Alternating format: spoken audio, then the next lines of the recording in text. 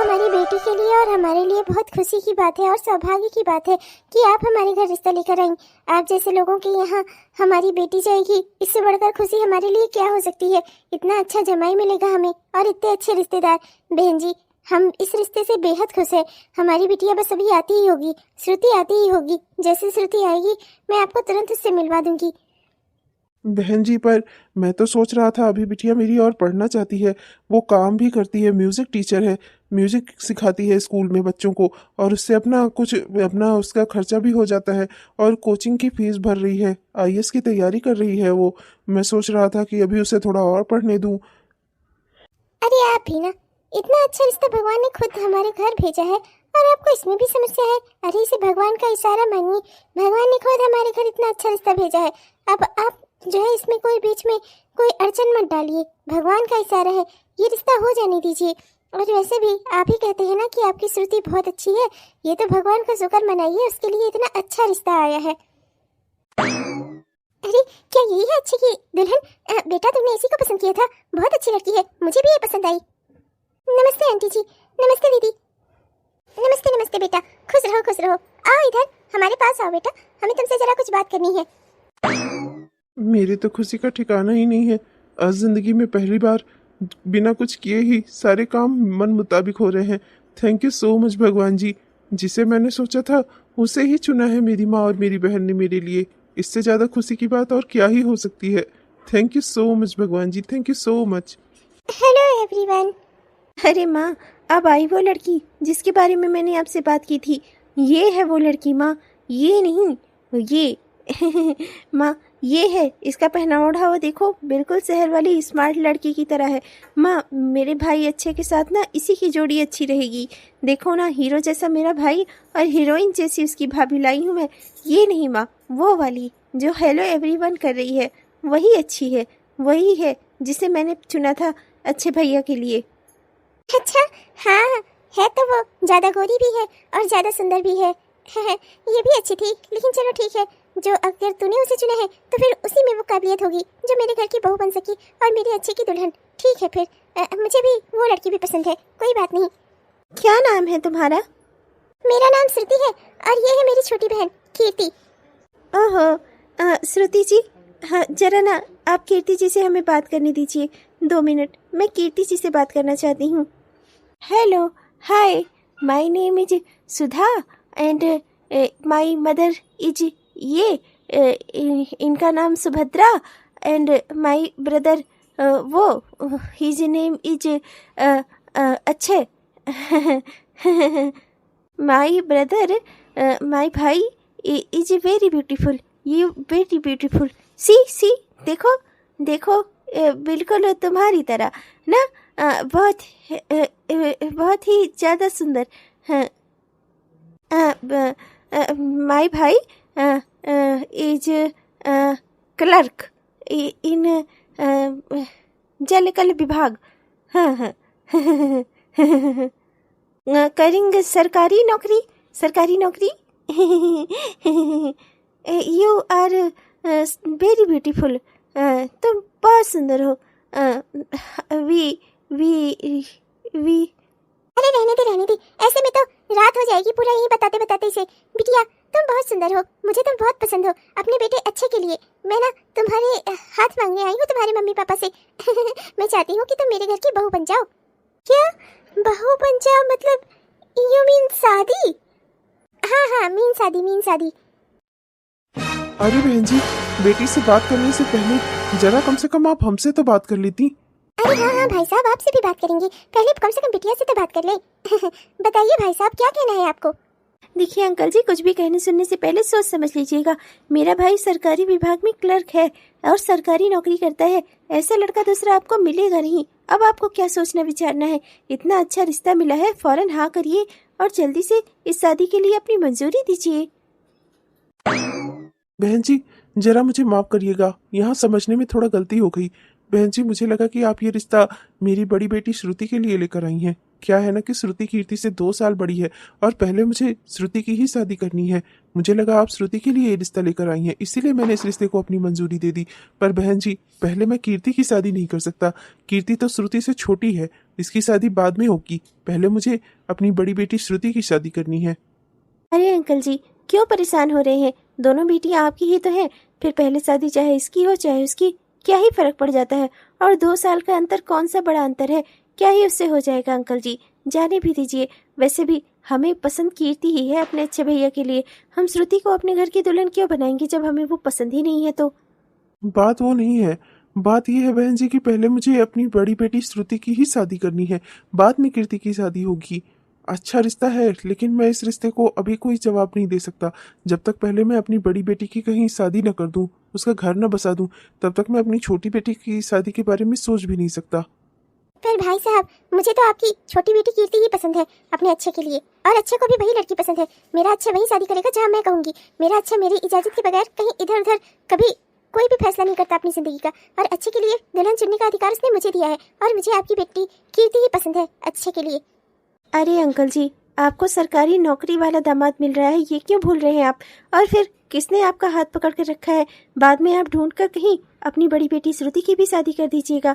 हमें तो कीर्ति ही पसंद है, तो हम तो भाई उसी से अपने भाई की शादी करवाएंगे। अब आप ही सोच लीजिए भाई साहब, या तो ये रिश्ता होगा तो फिर कीर्ति से ही होगा, वरना फिर। ये सब क्या हो रहा है यहाँ पर? जिसे पसंद किया उससे नहीं, ये लोग जिसे मैं नापसंद करता हूँ सख्त, उससे मेरी शादी करवाने के लिए यहाँ पर लड़ाई झगड़े हो रहे हैं।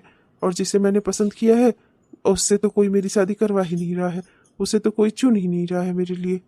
हाँ हाँ, बोलिए अंकल जी, बता दीजिए फिर क्या फैसला है आपका? अब तुम ही कहो भाग्यवान, क्या करूं मैं यहाँ पर?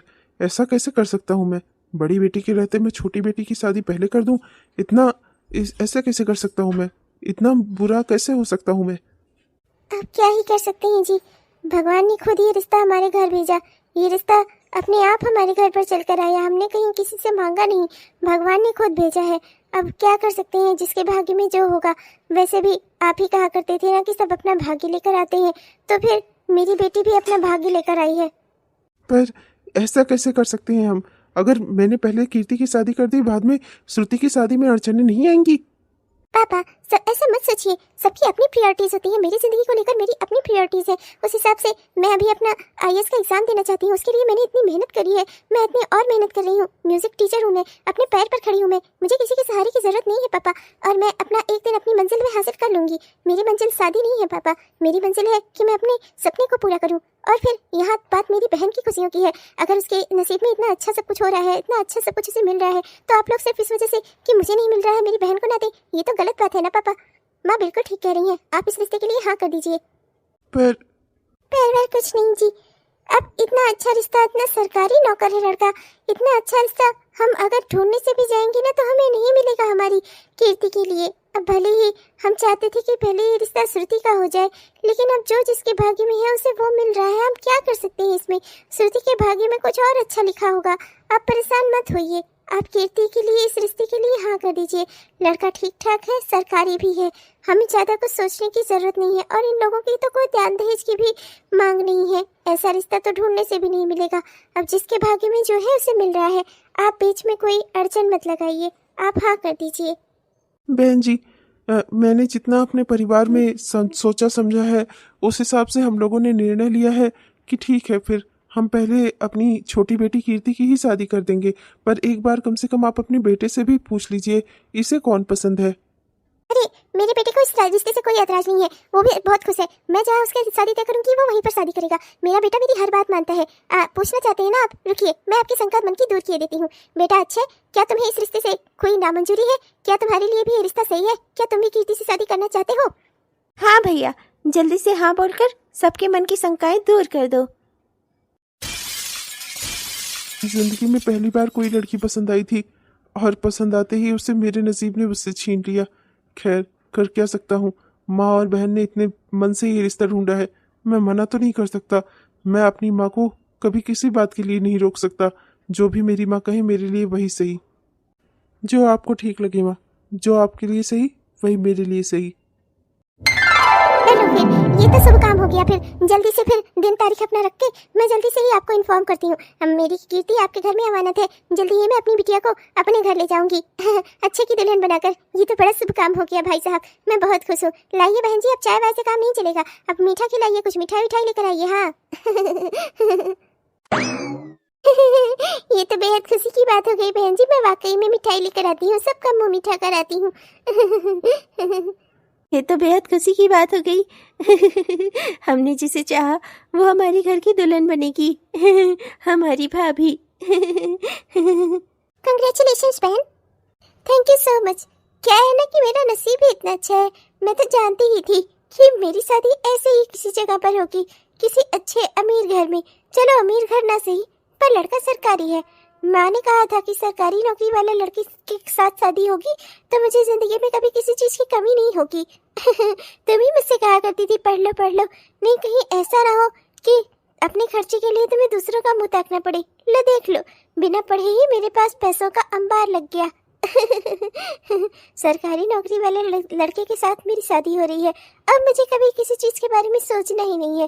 तुम अपना खुद से पढ़ो, कमाओ और खुद को घसीट घसीट कर पैसे लाओ और उसे खाओ मेरे लिए तो आराम है, ये वहाँ से काम करेंगे और मैं लेटे लेटे आराम करूंगी। सुंदरता के यही सब फायदे होते हैं।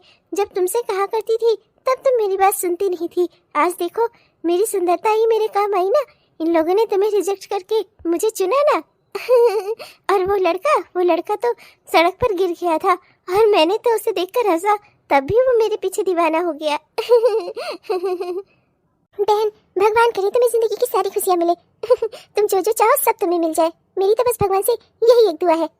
खुशियां मिलेंगी नहीं तो मैं उन्हें चुरा लूंगी क्या है ना कि जिंदगी को अपने हिसाब से बनाना आता है मुझे, और भाग्य का खेल ही कुछ ऐसा है, जो मैं चाहती हूँ वो मेरे पास आ ही जाता है, कहीं ना कहीं से, किसी न किसी रास्ते।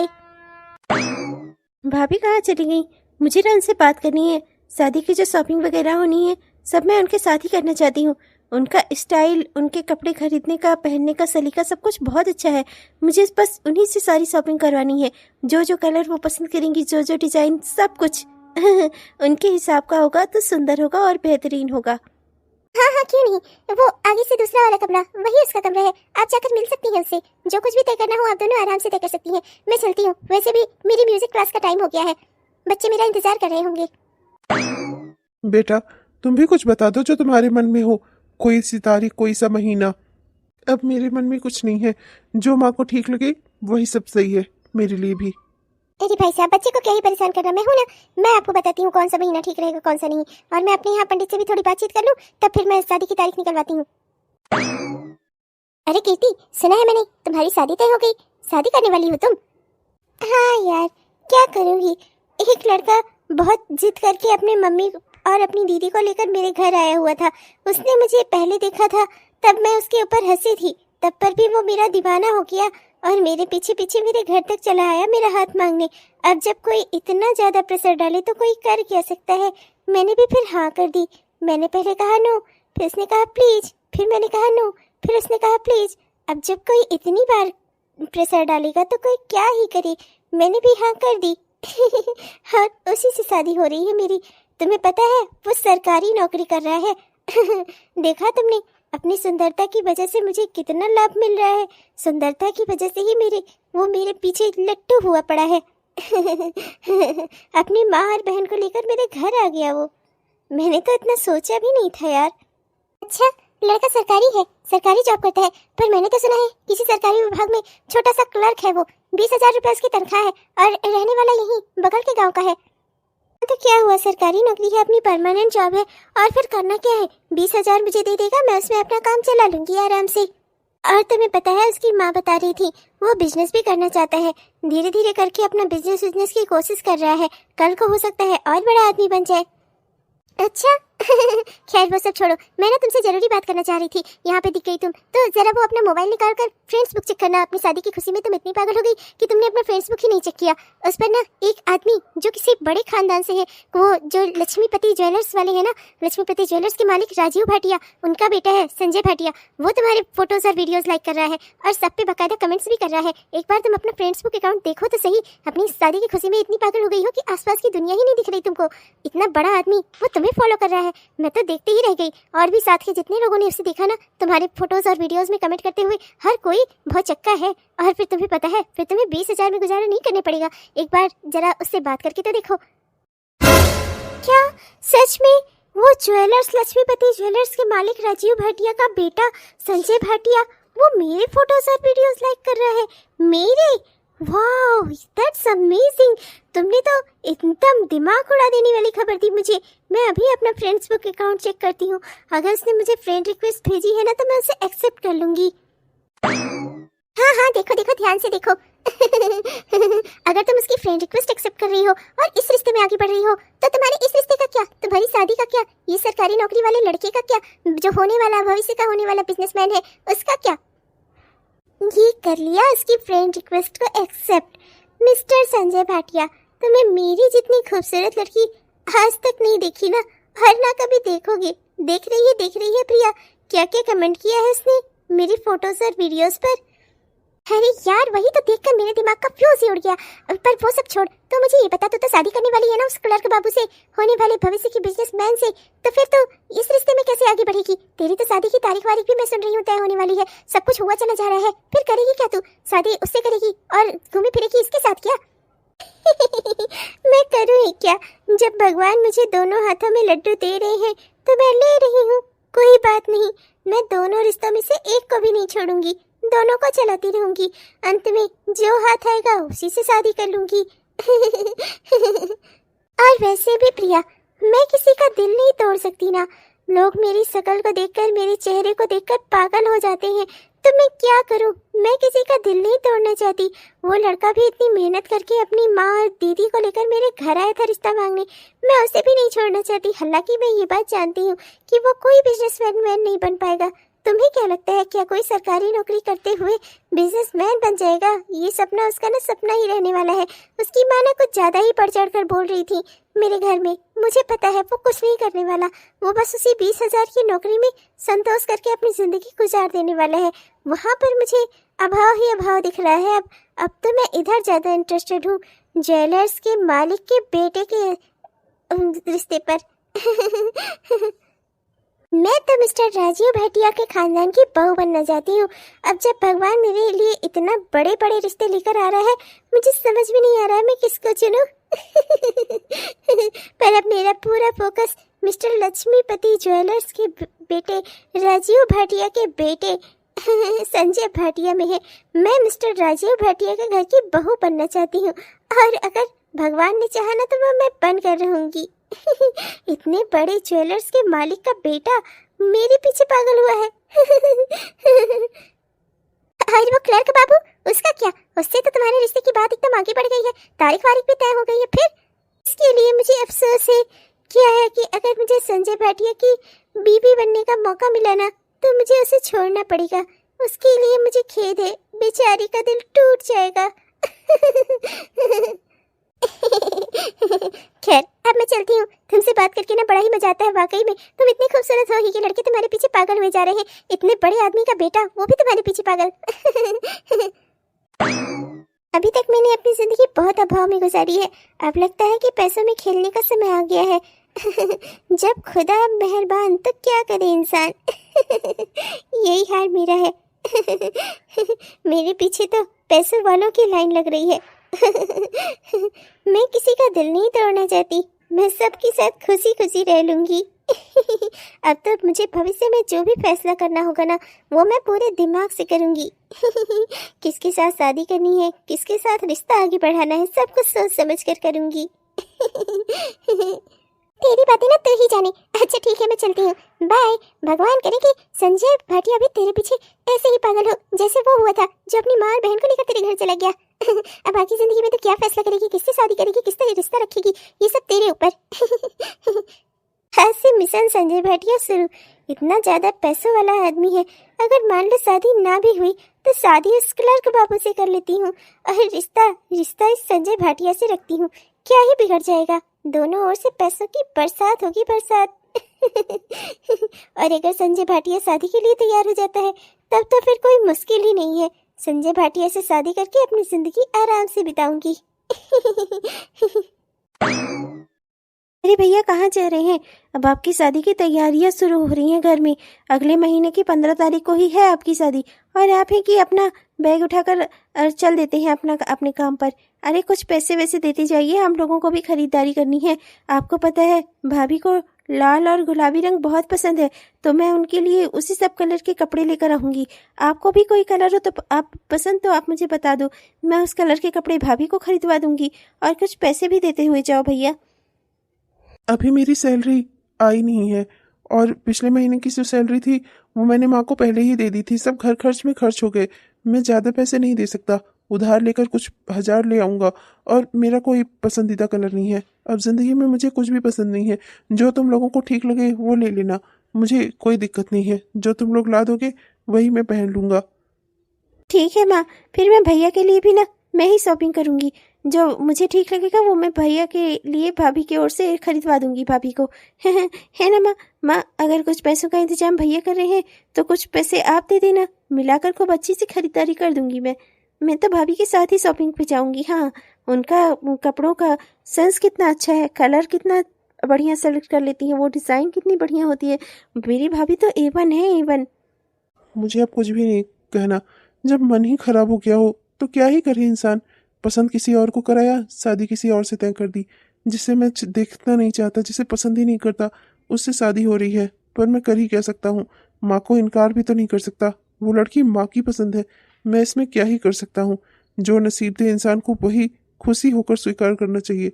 पर पता नहीं क्यों मन बहुत दुखी है। जब से उस लड़की श्रुति को देखा है, मन तो बस यही कर रहा था कि मैं श्रुति से ही शादी करूं। पहले सोचकर भी बहुत खुश था कि श्रुति से ही इन लोगों ने मेरा रिश्ता तय किया है, पर इन लोगों ने तो कीर्ति को चुना मेरे लिए। मन तो श्रुति से शादी का था, पर माँ और बहन की जिद के आगे झुकना ही पड़ा। मैं इन्हें ये बात बता ही नहीं पाया कि मुझे कीर्ति नहीं श्रुति पसंद है। अब इन लोगों को कीर्ति पसंद है तो मुझे कीर्ति से ही शादी करनी होगी, क्योंकि मैं अपनी माँ का दिल तो नहीं तोड़ सकता ना।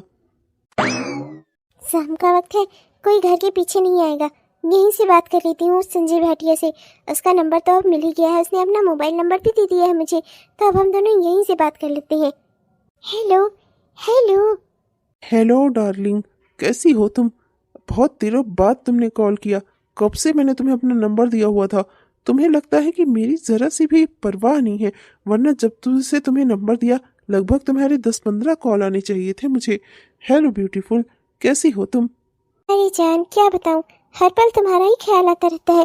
फ्रेंड्स बुक में जब से तुम्हारी फोटो देखी है ना, बस यही दिल करता है कि जल्दी से तुमसे मिल लूँ, जल्दी से तुमसे बातें करूँ। तुम तो इतने रॉयल फैमिली के हो, इतने बड़े घर के बेटे हो, तुम्हारे पास तो मुझसे बात करने के लिए भी समय निकालना मुश्किल होता होगा, है ना? कोई ना कोई नौकर तो आसपास आ ही जाता होगा। अरे तो मैं रॉयल फैमिली का हूँ तो तुम कौन सी कम हो?